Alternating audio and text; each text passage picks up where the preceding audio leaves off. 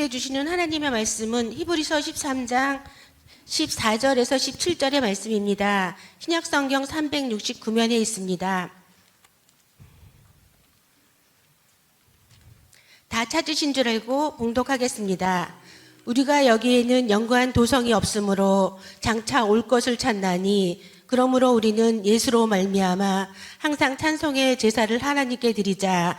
이는 그 이름을 증언하는 입술의 열매니라. 오직 선을 행함과 서로 나누어 주기를 잊지 말라. 하나님은 이 같은 제사를 기뻐하시느니라.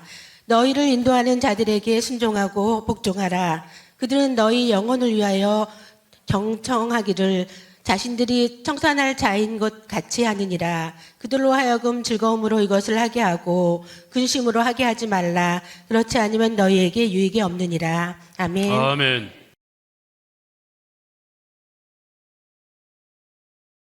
한 심리학 연구소에서 흥미로운 실험을 했습니다. 아이들을 두 그룹으로 나누고요.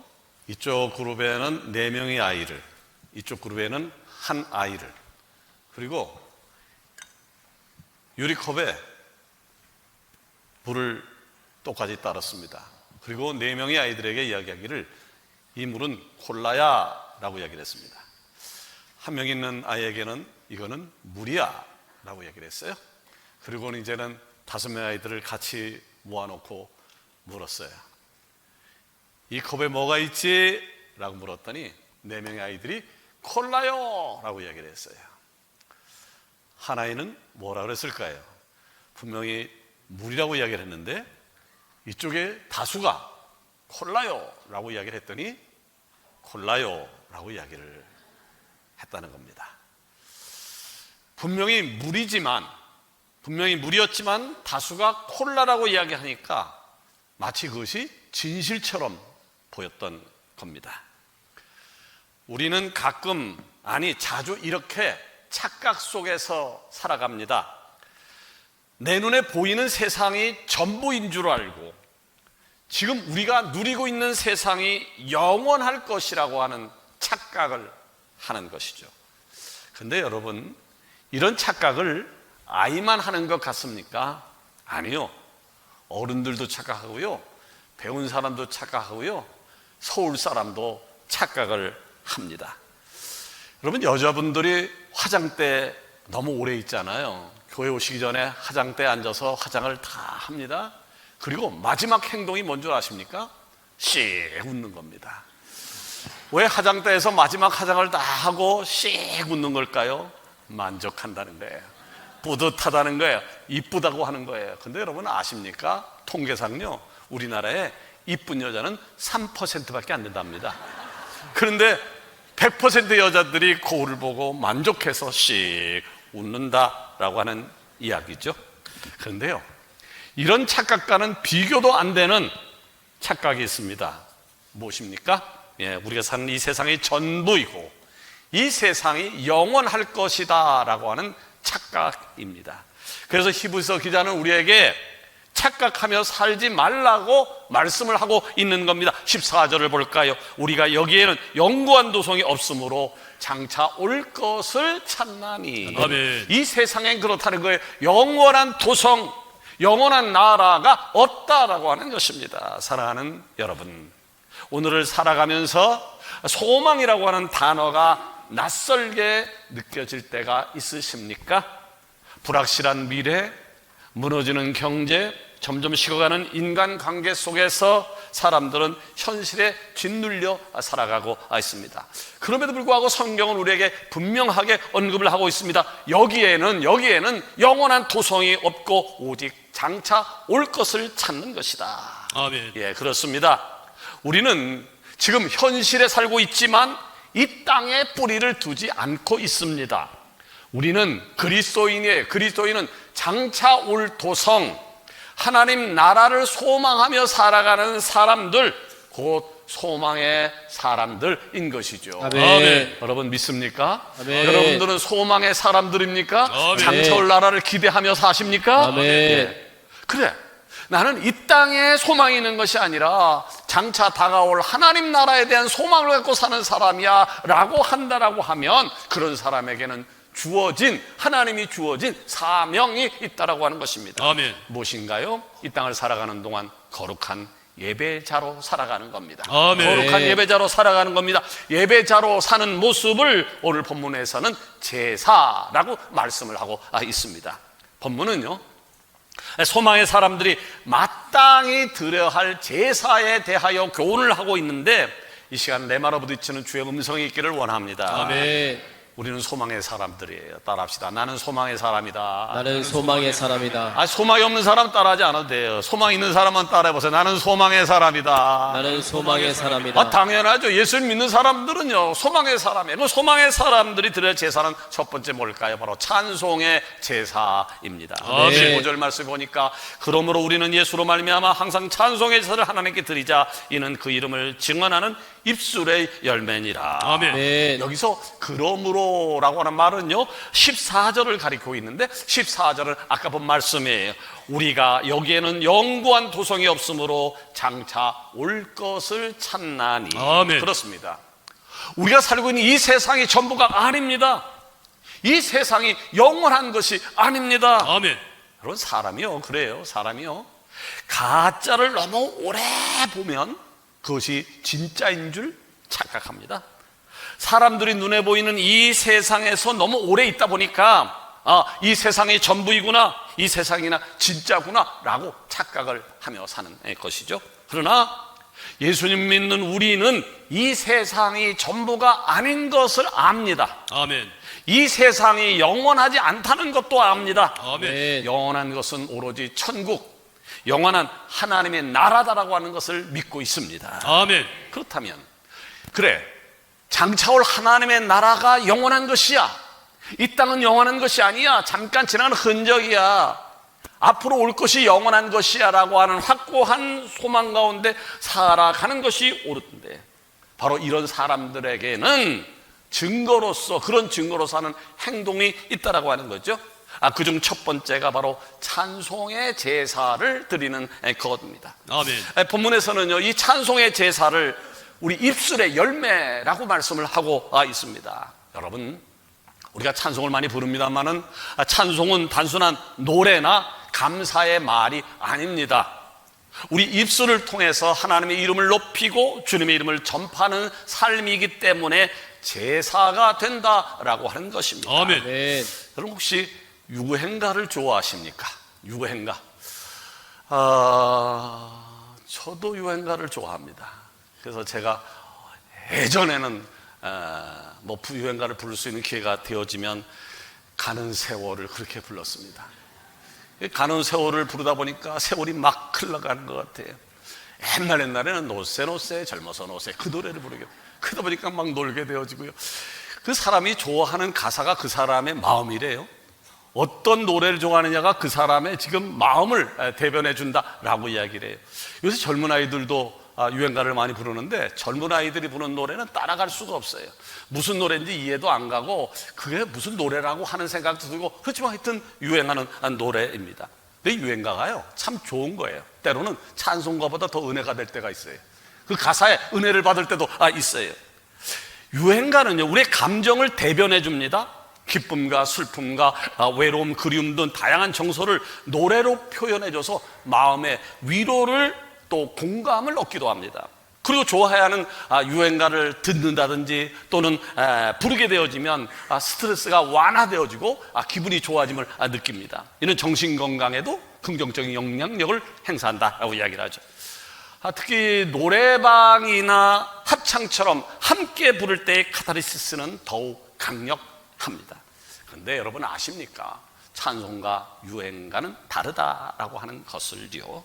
어떻게 다른가요? 유행가의 기준은 납니다. 유행가를 부르는 이유는 나의 만족을 위해서입니다. 내가 흥분하기 위해서입니다. 내가 위로받기 위해서입니다. 그러나 찬송은 찬송은 하나님께 올려드리는 것입니다. 아멘. 곧 찬송의 대상은 내가 아니라 바로 하나님이시다 라고 하는 겁니다. 성경은요, 곳곳에서 찬송은 오직 하나님께만 드리는 것이라고 말씀하고 있습니다. 시편 146편 1절과 2절을 보니까 내 영혼아 여호와를 찬양하라. 내가 평생 동안 여호와를 찬양할 것이다 라고 아멘. 했습니다. 시편 150편 1절에도 할렐루야 그의 성소에서 하나님을 찬양하고 그의 권능의 궁창에서 그를 찬양할지어다. 아멘. 여러분, 찬송하며 사는 은혜가 있기를 원합니다. 아멘. 찬송하며 살아가는 것이 바로 찬송의 제사입니다. 아멘. 근데요, 어떤 분들은요, 이 찬송은 주일날 예배 시간에만 드리는 건 줄 알아요. 예배 시간에만 부르는 것인 줄 알아요. 착각입니다. 오늘 말씀에 뭐라고 명하셨나요? 항상 하나님께 찬송의 제사를 드리라 라고 아멘. 했습니다. 아멘. 주일에만 찬송하는 게 아니라 항상 매일 시간마다 찬송하라고 하는 겁니다. 아멘. 또 어떤 분들은 찬송의 제사라고 하니까 교회 안에서만, 성전 안에서만 찬송할 줄 아는데 그 역시 착각입니다. 찬송이 여러분이 살아가는 모든 것, 찬송은 여러분이 살아가는 모든 곳, 집에 있든지 길을 걸어가든지 설거지를 하든지 회사에 있든지 간에 어디 있든지 간에 찬송은 아무 데서나 하는 것입니다.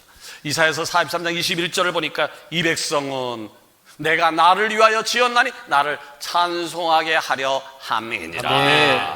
찬송을 왜 해야 된다고요? 찬송을 왜 해야 된다고요? 하나님이 나를 창조하신 목적이라는 거예요. 아멘.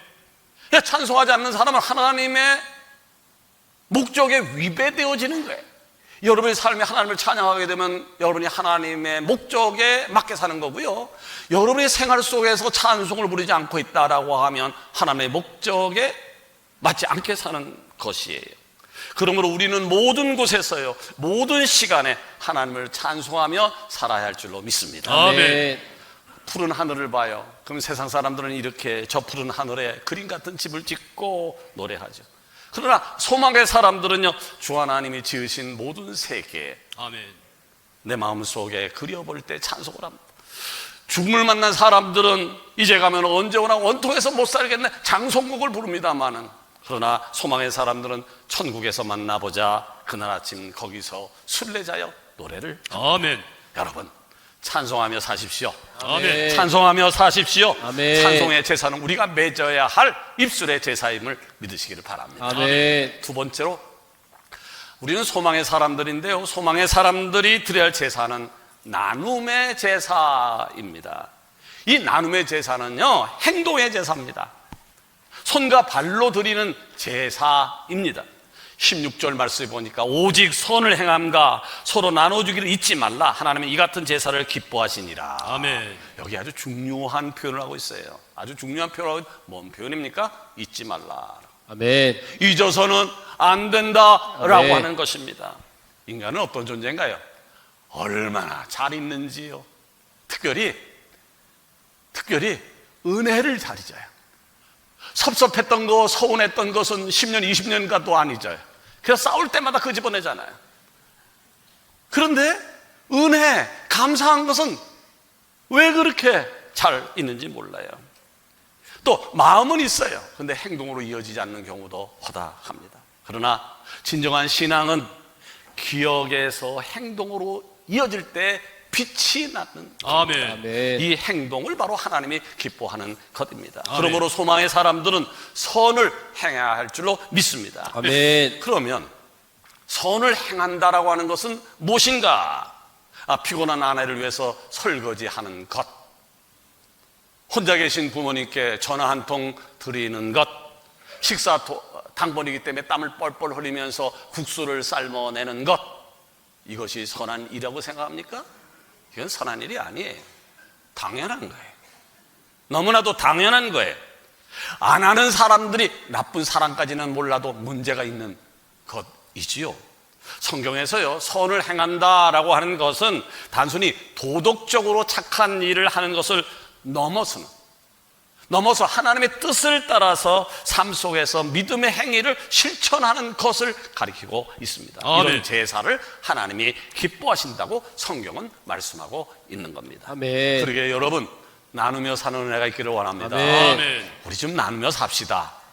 좀 나누며 사십시다. 아멘. 좀 나누며 사십시다. 아멘. 있는 분들 좀 내놓으세요. 아멘. 아멘을 이렇게 안 해요. 있는 분들 좀 내놓으세요. 아멘. 그런데 있는 분만 내놔야 될 문제가 아니에요. 없는 분들도 내놔야 돼요.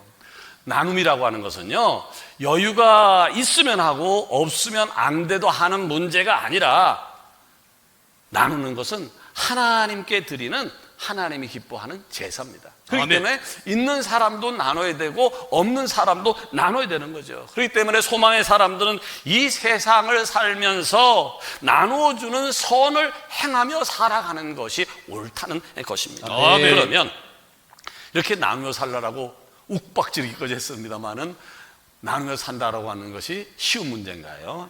쉽지 않습니다. 아니, 나 먹고 살기도 힘든데 무엇을 나눈단 말입니까? 라고 항변할 사람도 있을 것입니다. 그럼에도 불구하고 우리는 영원한 천국을 소망하는 사람들이잖아요. 아멘. 영원한 천국을 소망하는 사람들은 어려워도 힘들어도 이 땅에서 기쁨으로 나눔의 제사를 드려야 되는 것입니다. 아멘. 히브리서 11장 6절은 이렇게 말씀하고 있습니다. 믿음이 없이는 하나님을 기쁘시게 못하나니, 하나님께 나가냐는 반드시 그가 계신 것과 또한 그가 자기를 찾는 자들에게 상 주시는 자이심을 믿어야 할지니라. 아멘. 자, 광야에서 굶주렸던 수많은 사람들에게 한 끼 넉넉한 제사를 제공했던 오병이어의 기적, 이 기적이 어디에서 출발됐습니까? 바로 한 어린아이가 자기가 먹을 음식을, 이걸 내놓으면 몇 명의 친구들과 같이 나눠 먹을 수 있지 않겠어? 라고 하는 생각 때문에 나눴더니 거기서 기적의 역사가 일어난 거 아니겠습니까? 조선 말기에 평양에 백과부라고 불리는 집사님이 계셨습니다. 이 집사님은 결혼한 지 2년 만에 남편이 죽어서 16살의 나이로 청상 가부가 되는 불행을 겪었습니다. 그럼에도 불구하고 실망하지 않고 열심히 하나님을 섬기면서 싹바늘질 등 온갖 일을 열심히 해서 돈 200냥을 모았답니다. 200냥은 우리 돈으로 지금 환산하니까 700만 원, 100냥이 700만 원이니까 200냥은 한 1,400만 원 되는 돈을 모은 거예요. 백집사님은요, 이 돈으로 일찍 죽은 남편과 그리고 시아버지의 묘를 이장하기 위해서 산을 샀는데, 세상 물정을 너무나도 몰라서 그만 사기를 당하고 말았습니다. 나무 한 그루 살 수 없는 바위산을 사게 된 것입니다. 이 백집사님은 처음에는 자기가 그렇게 힘들게 1,400만 원을 모아서 산 산이 바위산, 얼마나 안타까웠어요. 그래서 엉엉 울면서, 하나님, 어떻게 내게 이런 운명이 찾아올 수 있습니까? 라고 울었어요. 그 울다가 갑자기 감사기도가 나왔습니다. 하나님, 이 산을 내가 산 것을 감사합니다. 다른 사람이 샀다라고 하면 그 사람이 망했을 텐데 내가 사서 내가 망하게 하신 것 감사합니다. 근데 마치 그때 일본 사람들이요, 대동강에 다리를 놓으려고 시멘트 재료를 찾고 있었는데, 백집사님이 샀던 그 바위산이 시멘트 재료로 딱 들어맞는 석회암으로 되어 있었던 겁니다. 제가 석회암으로 되어 있는 산을 잘 알아요. 왜냐하면 제가 살았던 곳이 충북 제천인데, 제천 주변이 다 석회암으로 되어 있어요. 한일 시멘트, 쌍용 시멘트, 성신 시멘트, 그 시멘트 원료가 석회암이라서 내가 이 얘기를 듣고 바로 이해가 되었습니다. 자, 일본 사장이 이 백집사님에게 찾아가서 그 산을 당신이 200냥에 샀다고 들었는데 내가 300냥을 줄 테니 팔라라고. 세상에 사자마자 100냥을 보르니 이게 얼마나 큰 돈입니까? 근데 백집사님이 너 안 팔겠습니다. 이 일본 사람이 너무 묻어서 2000냥을 주겠다 라고 안 팔겠다는 거예요. 이제 일본 사장은 속이 타들어가서 마지막 베팅을 했다는 거예요. 2만 냥, 14억. 여러분, 지금 14억도 엄청나게 큰 돈인데 그 당시에 14억이면 얼마나 큰 돈이겠습니까? 그런데 놀랍게도 백집사는 이것조차 거부를 한 겁니다. 일본 사장이 이것 때문에 고민하고 있는데 어떤 사람이 알려주기를, 그 백집사님이 다른 사람 말은 안 들어도 그 백집사님이 다니는 교회 담임 목사님 말은 잘 들으니 그 목사님한테 찾아가서 설득해보라고. 그래서 일본 사장이 목사님에 찾아가서 이렇게 대동강 다리를 놔야 되는데 꼭 필요하니 이 백사님을 설득해달라고. 그래서 목사님이 백사님을 불러서 이야기를 했어요. 그 200냥을 샀는데 지금 2만 냥을 준다는데 이 대박이 아니냐, 당장 팔으라고 말이야. 그랬더니 그 집사님이 이런 얘기를 했어요. 사기당해서 산 땅을 어떻게 다른 사람 망하라고 팔 수 있습니까? 그게 아니라니까. 대동강에 다리를 하려고 그러는 거야. 목사님이 설득했더니 그제서야 그 땅을 팔았다는 거죠. 14억. 사랑하는 여러분, 바이산을 사십시다. 아멘. 오늘 예배 끝나고 전부 부동산 달려가서 전국에 있는 바이산을 다 사십시다. 근데 이 백집사님이 참 대단한 게요, 14억 엄청난 돈인데 그걸 혼자 잘 먹고 잘 입고 잘 사는데 사용하지 않고 사람들에게 나누는데 사용하기 시작했습니다. 평양에 3층 규모의 공회관을 건립했고요, 평양 광산학교와 청도학교의 토지 구입에 기부를 했고요, 평양신학교와 지금 숭실대학교의 전신인 숭실학교 토지 구입에도 아낌없이 돈을 냈습니다. 이곳으로 끝난 게 아니었습니다. 백지산의 평생 동안 알게 모르게 얼마나 많은 사람들에게 도움을 줬는지 별명이 백선행 집사가 되고 말았습니다. 1933년 5월 15일 이 백선행 집사님이 86세로 하나님의 부르심을 받았을 때는요, 우리나라에서 여성 최초로 사회장으로 장례를 치렀다는 것입니다. 자, 만약 백 집사님이요 16살 나이에 과부가 되어서, 아니 이럴 수가 있나, 세상에 이런 엉터리 팔자가 있나 원망하면서 평생을 살았다고 하면 과부로 그냥 그렇게 살다가 죽었을 겁니다. 그러나 장차 올 천국을 바라보면서 소망 속에서 하나님이 기뻐하시는 나눔의 제사를 드렸더니 과부가 아니라 수많은 사람들에게 존경과 칭찬을 받는 백선행 집사로 축복을 받게 되어진 것이죠. 아멘. 사랑하는 여러분, 여러분에게 다시 한번 묻습니다. 영원한 하늘나라 소망을 갖고 사십니까? 아멘. 그렇다면 기쁨으로 감사의 제사를 드리는 축복의 은혜가 있어지기를 원합니다. 아멘. 세 번째로, 소망의 사람들이 드리는 제사는 순종의 제사입니다. 계속해서 17절은 소망의 사람들에게 이렇게 권면을 하고 있습니다. 너희를 인도하는 자들에게 순종하고 복종하라. 아멘.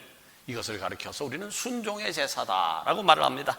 여기서요, 너희를 인도하는 자란 당시 초대교회를 이끌던 영적 지도자들, 곧 사도와 장로를 가리키고 있습니다.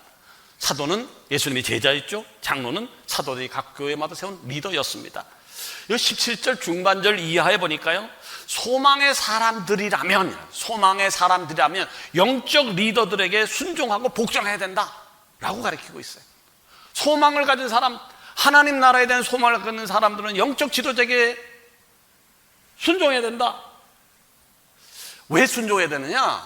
첫째 이유를, 영적 리더는 너희 영혼을 위하여 경성하기를 자신들이 청산할 자인 것처럼 하기 때문에 순종하라. 아멘. 여기 경성한다는 말은 깨어 기도한다는 거예요. 지도자는 깨어서 기도한다는 것이고, 아멘. 청산할 자인 것 같다는 말은 내 목숨까지라도 당신을 위해서 내줄 수 있다라고 하는 겁니다. 그러니까 영적 리더는 이래야 된다는 거예요. 목원을 위해서, 성도를 위해서 깨어 기도할 뿐만 아니라 마치 내 목숨을 얻기까지 그 사람을 위해서 투자할 수 있는 사람. 여러분이 섬기는 목자가, 여러분이 섬기는 목회자가 이렇게 깨어 기도하고 당신들을 위해서 목숨을 내놓을 각오가 되어 있는 사람이라고 하면 순종하지 않겠습니까? 만약 그런 지도자에게 순종하지 않는다라고 하면 그건 아주 반역자, 아주 나쁜 사람일 것입니다.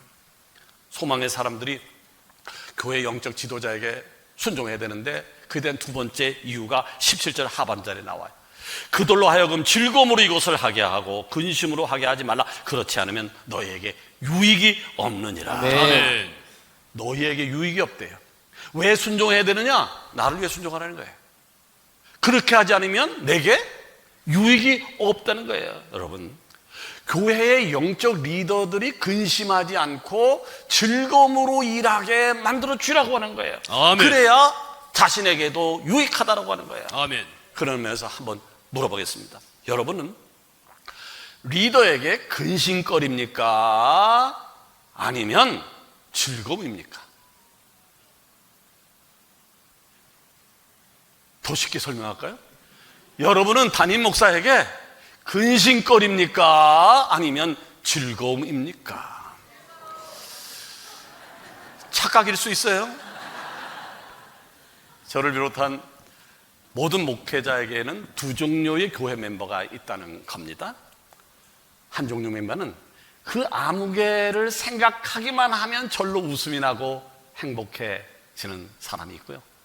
한쪽 사람은 생각만 하면 스트레스를 받고 전화가 오게 되면 가슴이 벌렁벌렁 거리는 사람. 여러분은 어디 쪽입니까? 정리해 볼까요? 리더에게 가장 큰 즐거움이 뭘까요? 다른 것이 아니에요.